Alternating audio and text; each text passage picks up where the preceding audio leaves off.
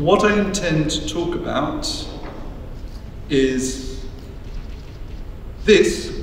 It's the relationship between time and energy as conceived in historical study. And one of the arguments is going to be that the electricity industry is fundamentally concerned with major issues of time.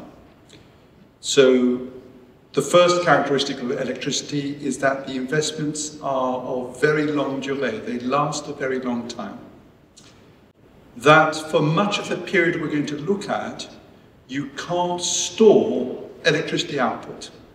So therefore, there is a relationship between your peak demand for electricity and your total capacity requirements. You have to have enough power, unless you're playing Sim City and want to have brownouts, but you have to have enough power to keep your system going. There is a very interesting relationship in electricity between your sunk costs.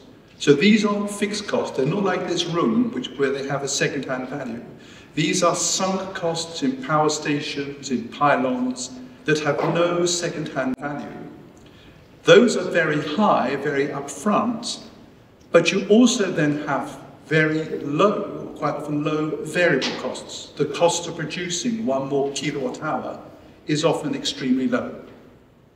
And this therefore creates a problem potentially of capital recovery. When I undertake a major investment in sunk assets at the start of the investment, how do I know if I'm going to get my money back? What is it about future time and the arrangements made for that that assures me capital recovery and plus que ça, profits?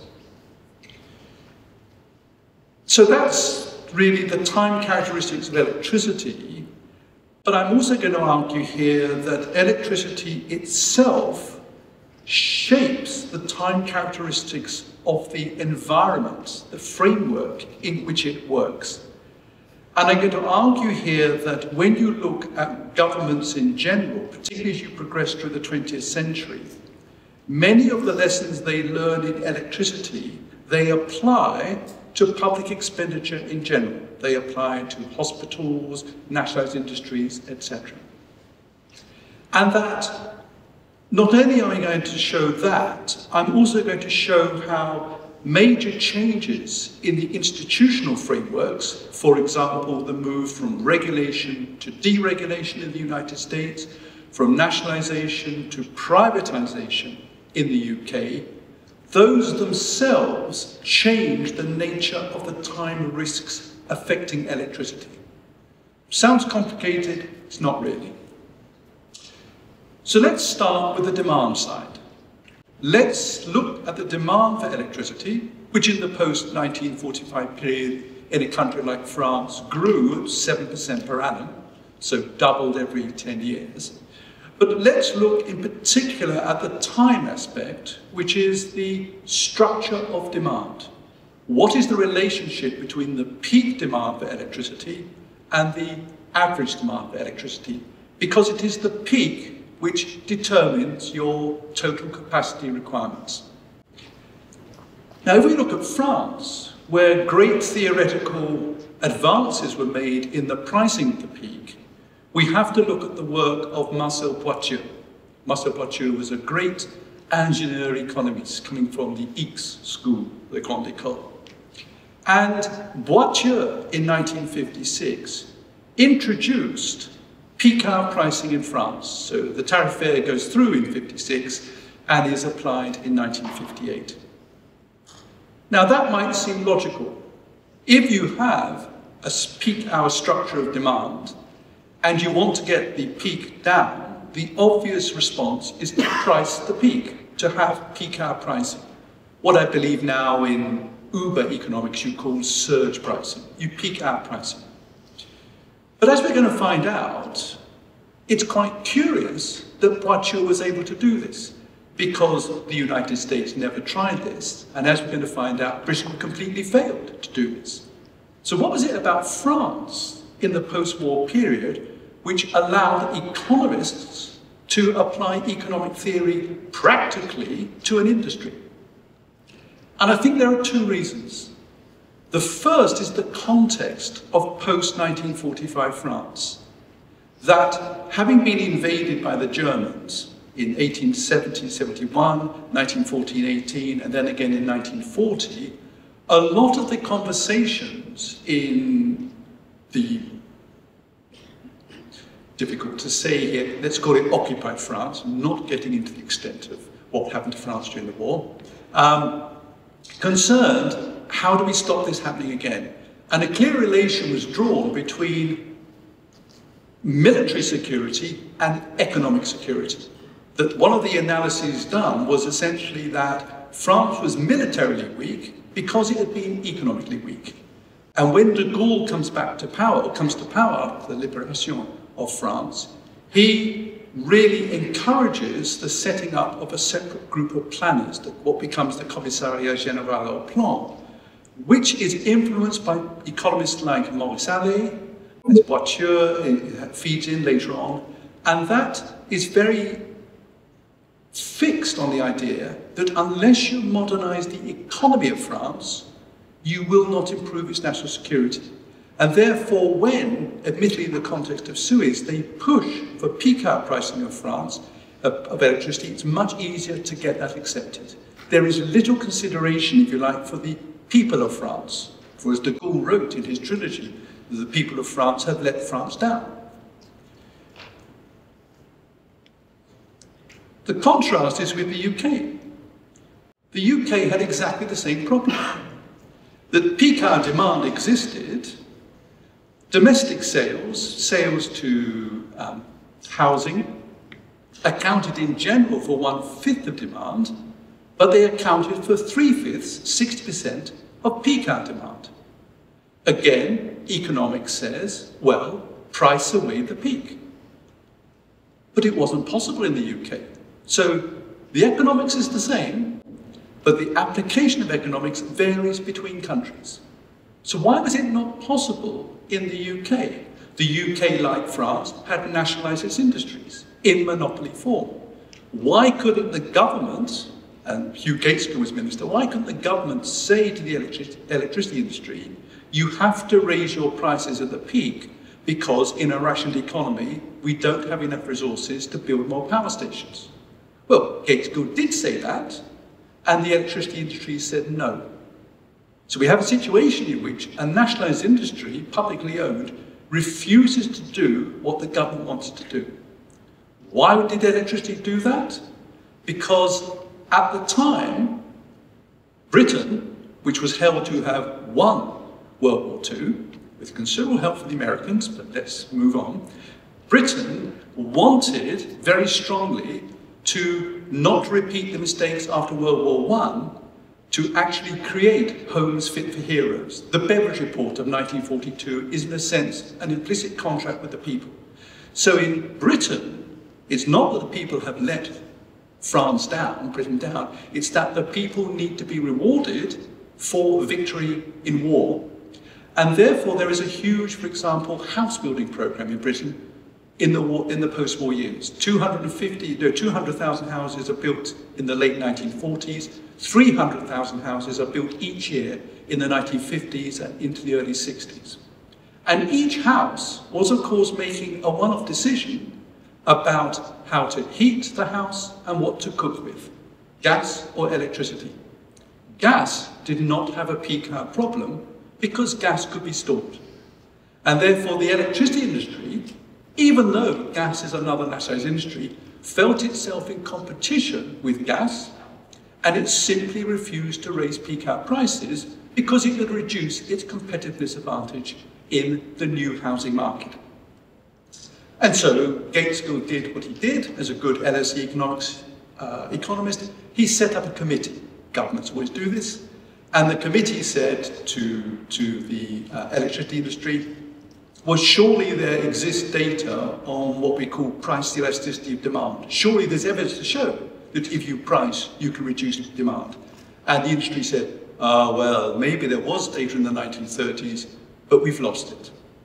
And what you hit here is a problem, what's called in economics a principal agent problem, a problem of dealing with a monopoly. The monopoly has most of the information, and it's very difficult for the government to get fresh information when dealing with the agent in monopoly form.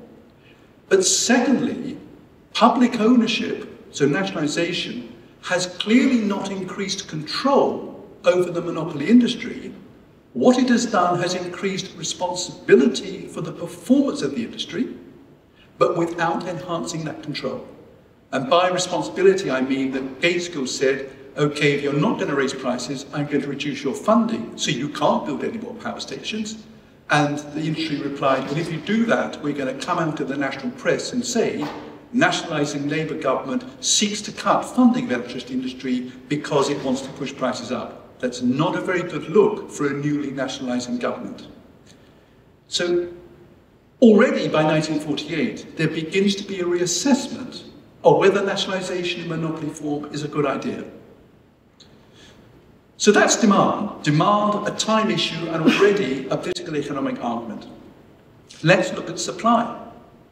So supply, all this construction of generating stations, but of course you're building more in Britain because your peak is too high.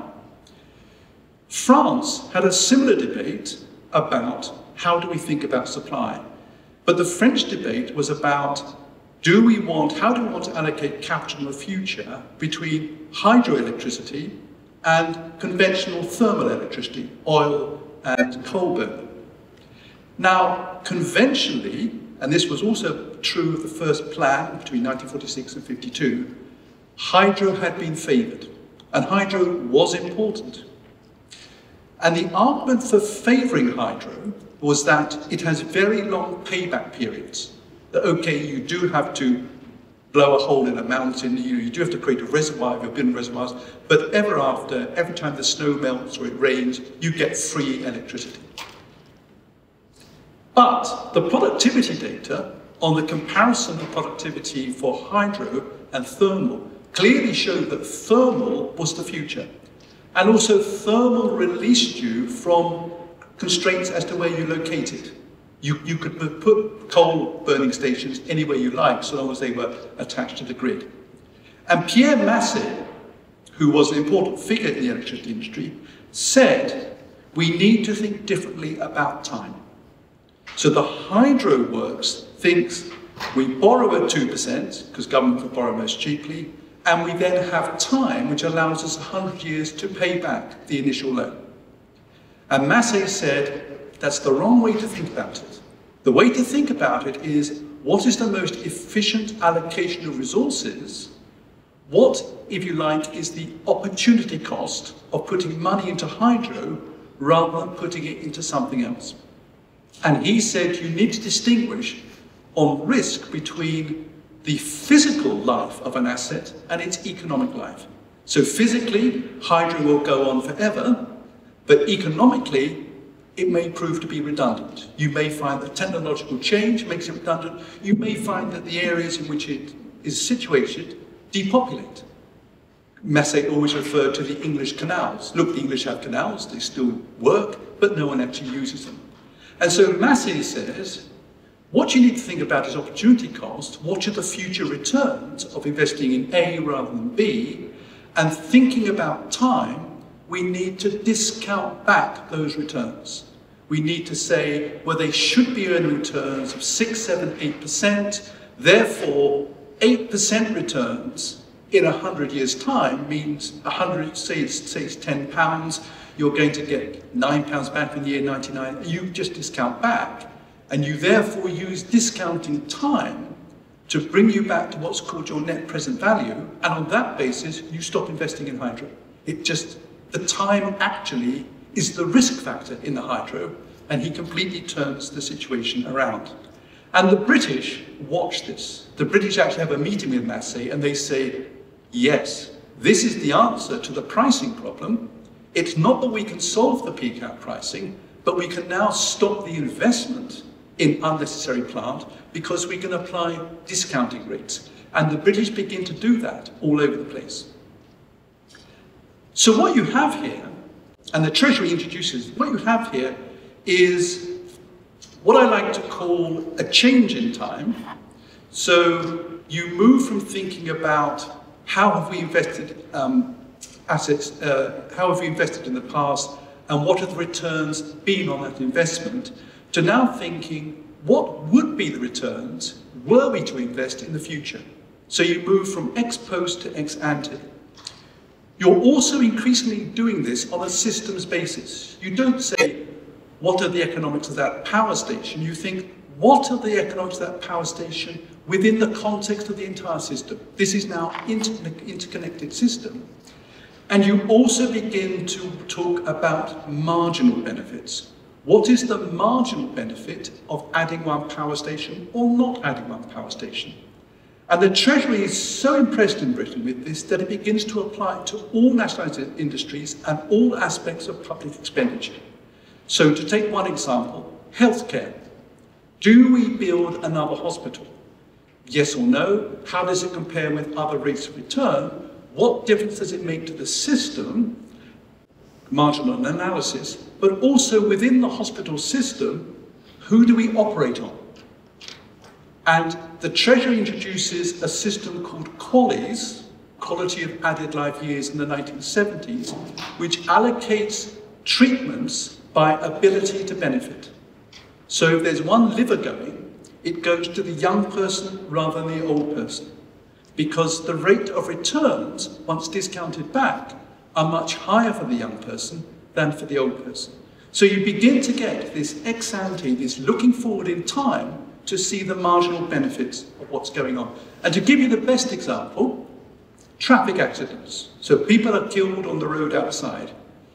Well, up to 1960 or so, we used to think, someone's died, that's very sad, we've lost their contribution to the economy, but they're no longer eating. So we can remove consumption from the game. That's ex post. What was the cost of what happened? Ex ante says, what if we prevented that happening? What's called the value of prevented fatalities.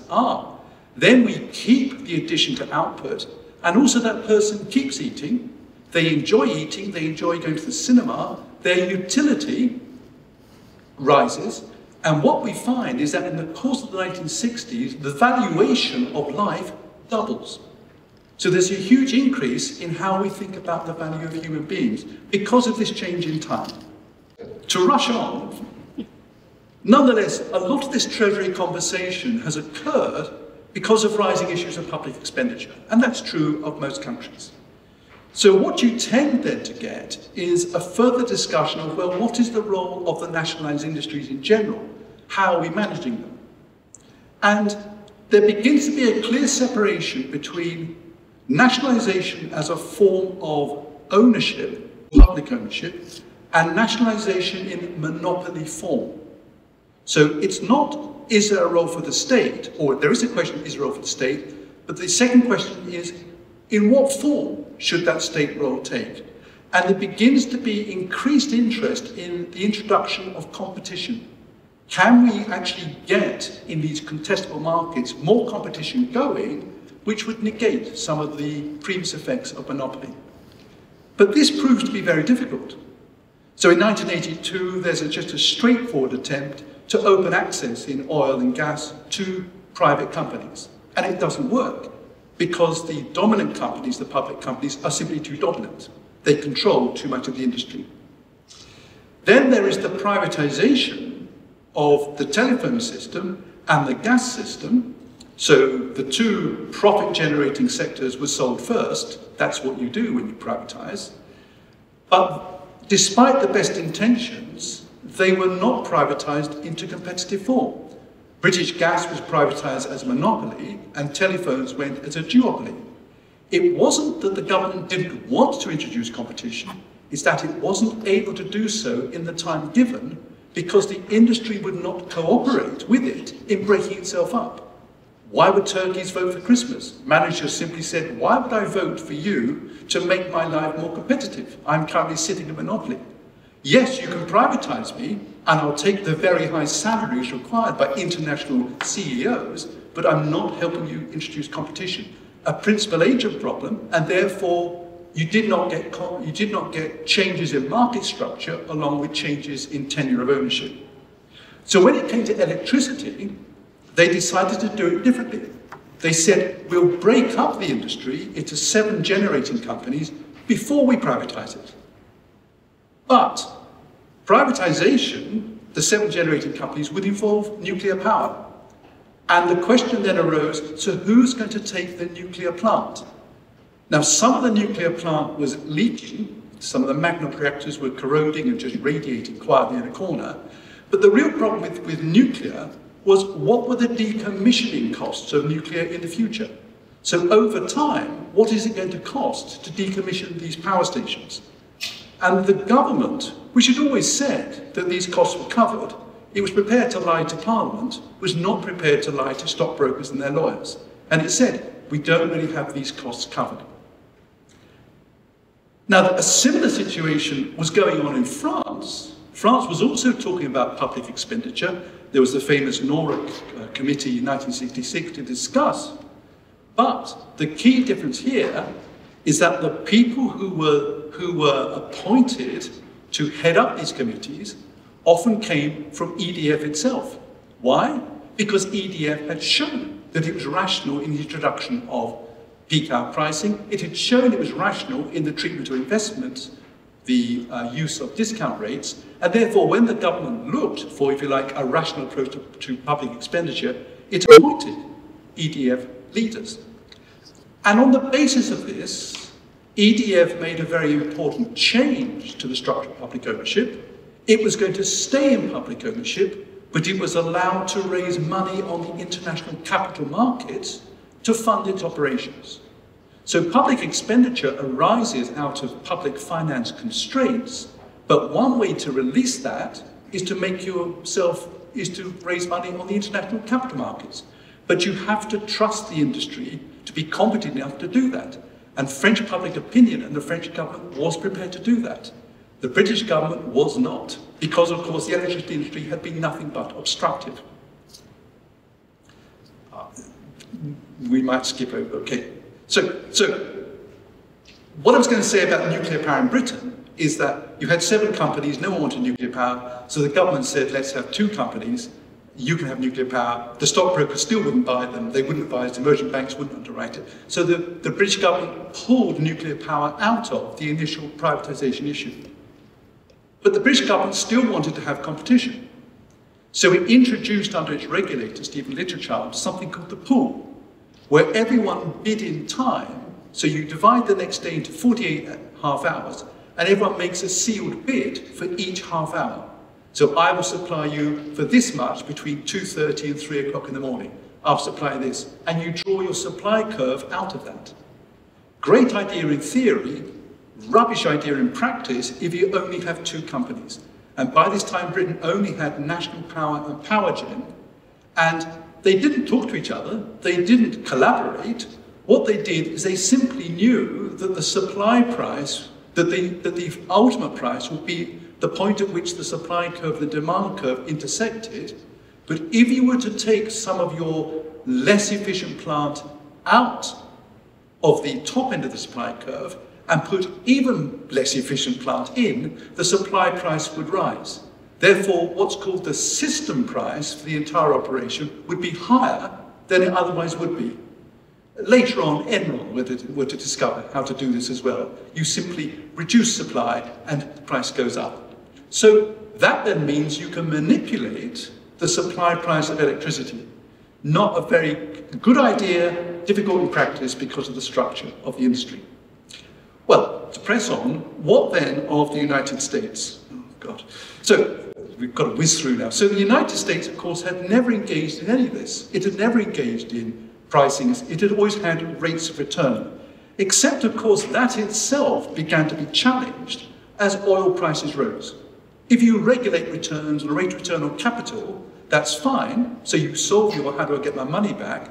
But it isn't fine when your variable cost of oil goes up 4-fold between 73 and 74. Suddenly you're losing money despite having a rate of return on capital.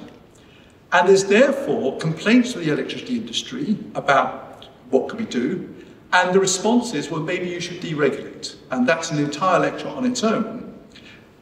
What is also associated with deregulation is the attempt to introduce environmentally friendly renewables, what are called these PERPA.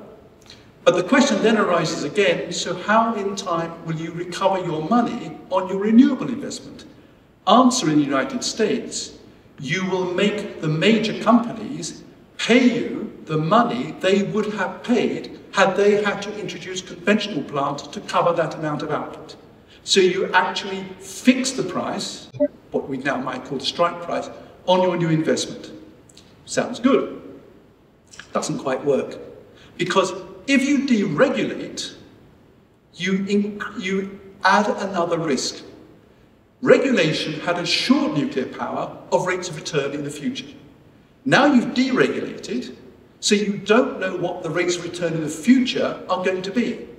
And therefore, even plant which has been built, like Shoreham nuclear plant, is not operated, and it becomes much more difficult to commission or to order new nuclear plants. You have no guarantee of what the future looks like. But also, of course, if you deregulate and people can buy electricity in the wholesale market outside the state, but you are tied into these environmental contracts which have guaranteed a price based on the avoided cost of the incumbents, and that price then looks very high compared to the market price, it creates discontent.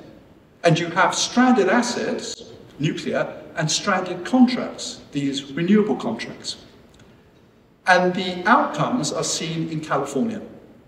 Because in California, they decided to address this situation by both reducing prices on a wholesale basis by 10%, by allowing people to enter the market on a competitive basis, but also requiring the three major utilities in California to give 40% of their plant, sell 40% of their plant to the people entering the state.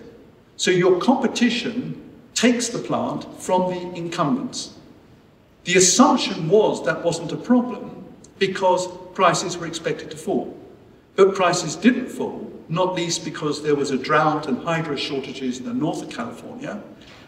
But the incumbents, the old companies, were still required legally to supply anyone who came to them for electricity.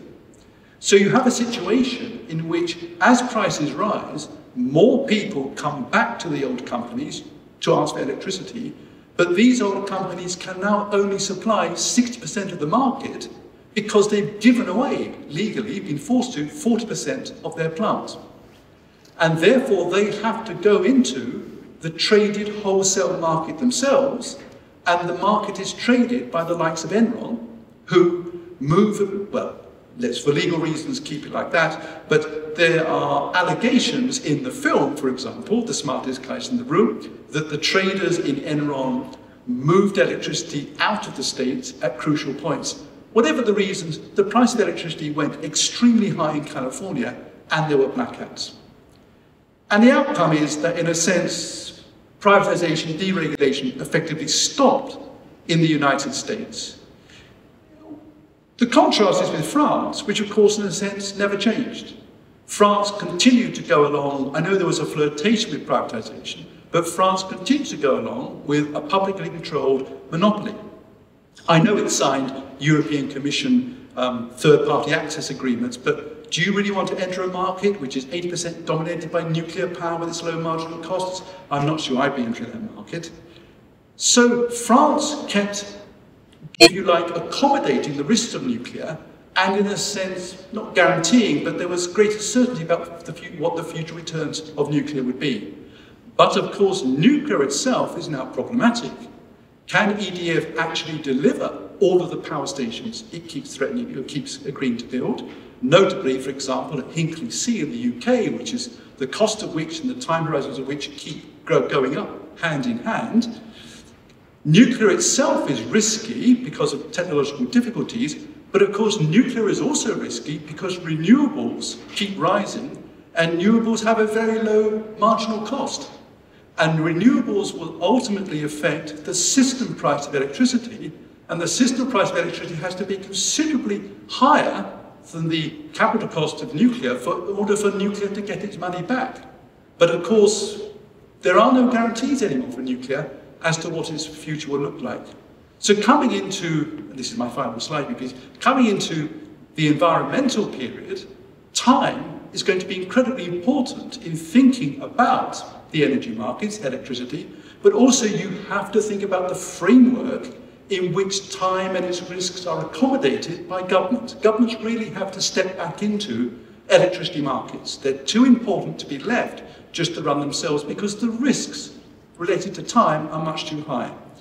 And of course, when we think about climate change, which is what we're all thinking about, then time enters a whole new area. It is time concerning people we don't know, people not yet born. And what's striking about the discussions over climate change is the amount of discussions of time which are contained inside that. So, for example, if you look at the Stern Review in the UK, that was the discussion we had, what was striking to me as a historian was the extent to which old economists were still being used. So Pigou, we talk about Pigovian subsidies, Pigovian taxation. Pigou was in the 1920s. Keynes on probability and risk, well, Keynes obviously 20s and 30s. Frank Ramsey, fantastic economist, died at the age of 26 in 1930, friend of Wittgenstein. Love to have heard those conversations, wouldn't have sort of worked, but I would have loved them. Again, died in 1930. Time was always an issue, and it's worth remembering that the importance of time in relation to investment is the central theme of the general theory of Keynes, and Keynes entitled his book The General Theory precisely because Einstein had called his work The General Theory back in 1905 and 1915. So in that period there was a huge interest in time, and time is incredibly important, and time is nowhere more important than in electricity. Thank you.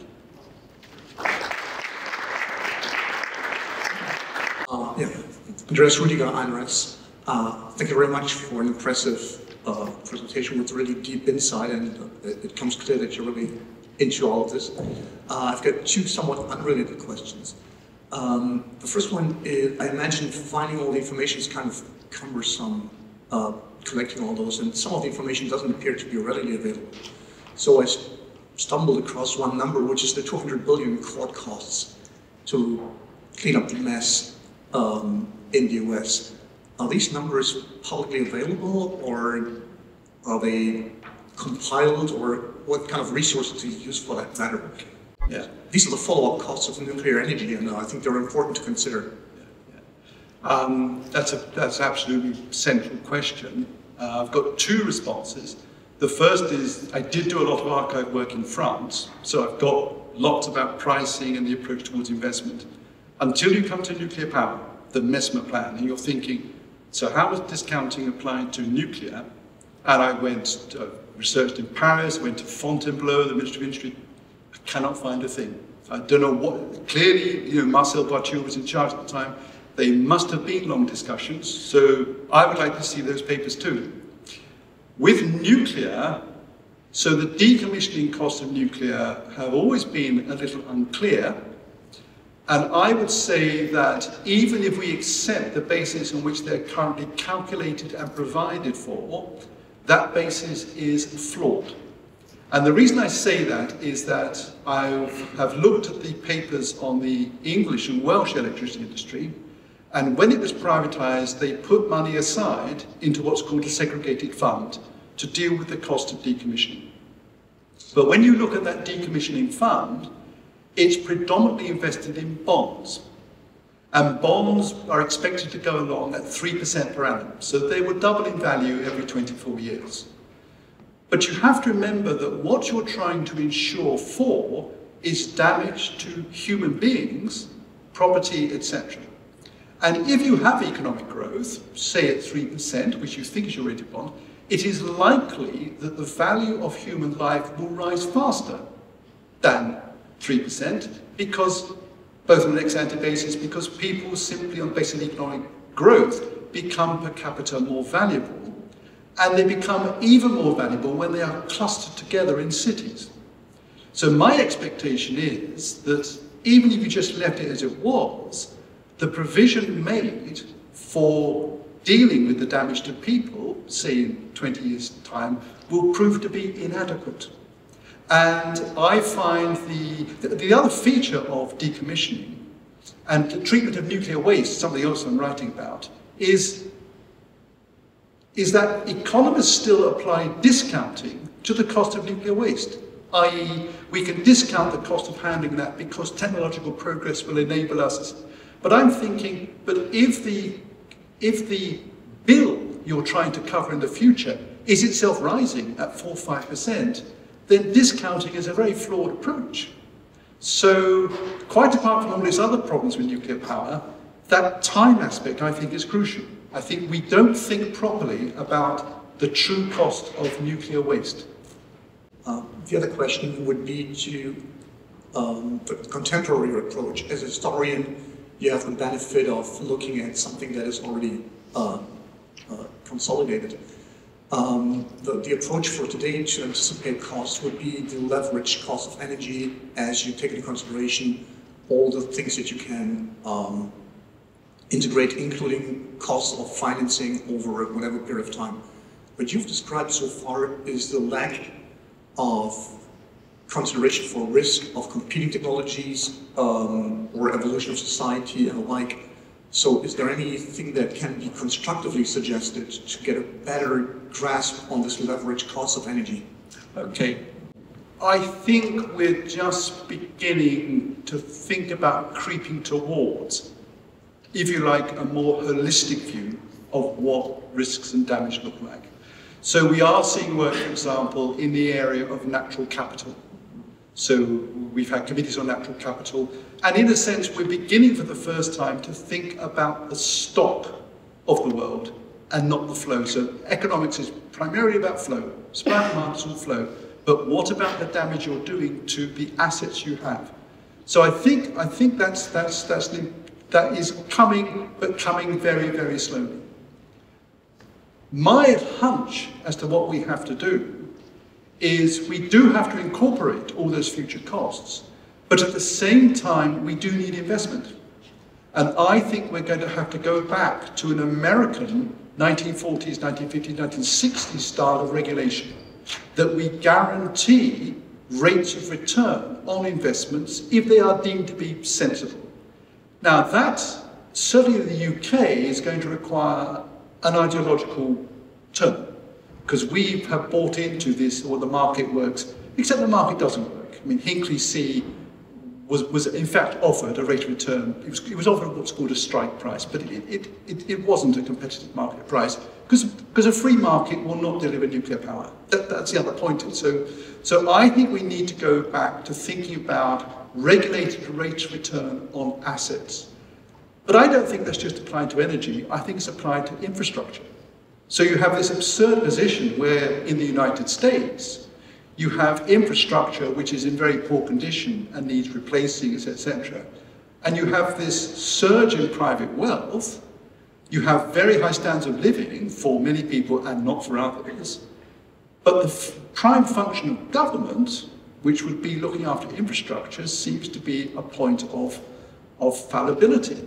And I think you have to go back to regulated rates of return on basic infrastructure. Say to someone, if you build a road, we guarantee you a 20% gross return for the following amount of time. So there has to be a conversation between government and private enterprise properly. It's not going to be government building it, because the other feature of government is that government is in public expenditure constraints. But just take the case of Britain.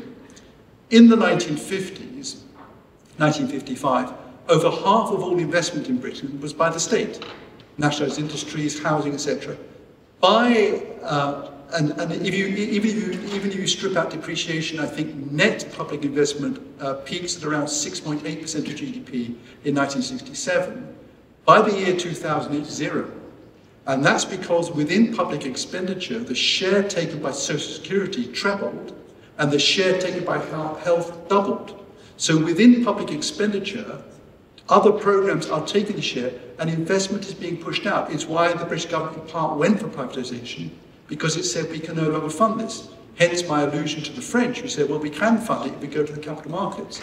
Well, nothing has changed. Public expenditure will continue to rise, despite what politicians may think, but it won't be enough to provide infrastructure. So therefore you have to come to a legal agreement virtually with private industry as to the basis on which you provide infrastructure, and that has to incorporate time.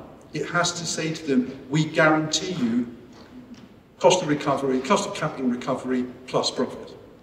I have a question about nuclear waste, which is not directly related to the energy issue, but is in general related to the costs of waste, nuclear waste issue.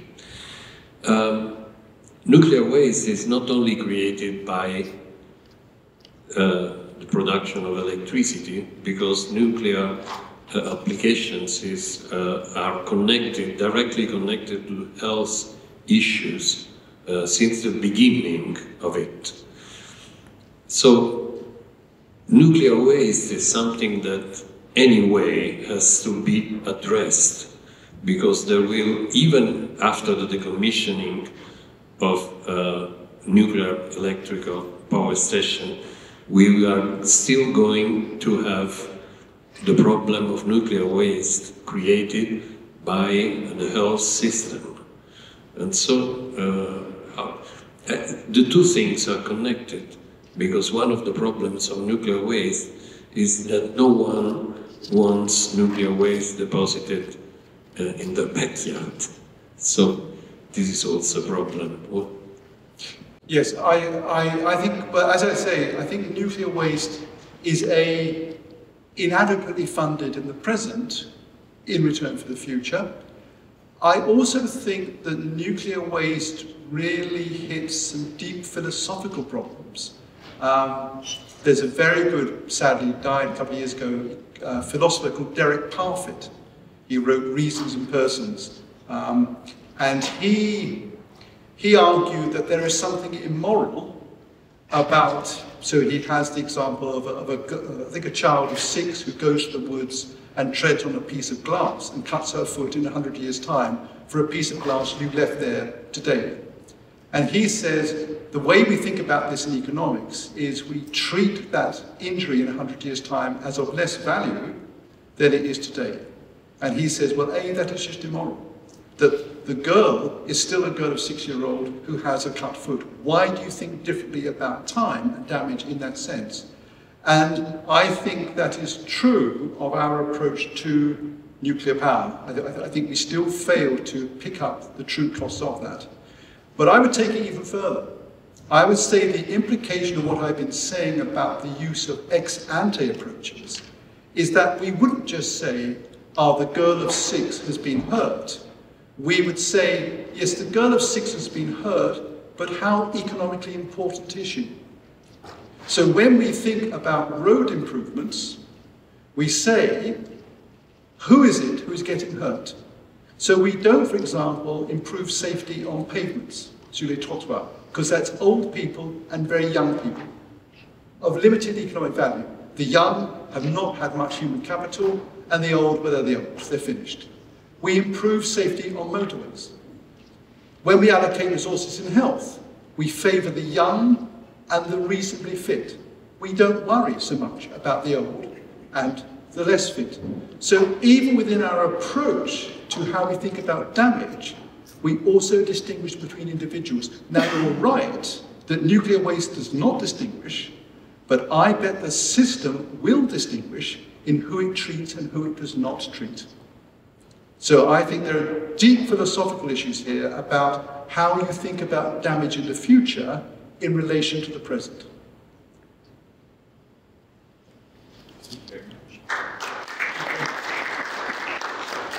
Merci beaucoup Martin Tchek pour cette très belle présentation, à la fois très riche et très dense. Donc je vais maintenant essayer d'en proposer une petite synthèse avant de passer à la conférence suivante.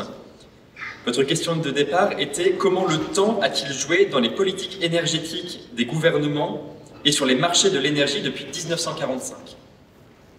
Et votre objectif a été de passer de la question du temps, à la fois du point de vue de la gestion de l'électricité et d'un point de vue économique, à certaines questions fondamentales de l'économie, comme les questions de privatisation, pour ne donner qu'un exemple. Et le temps a en quelque sorte joué à 3 échelles dans votre présentation.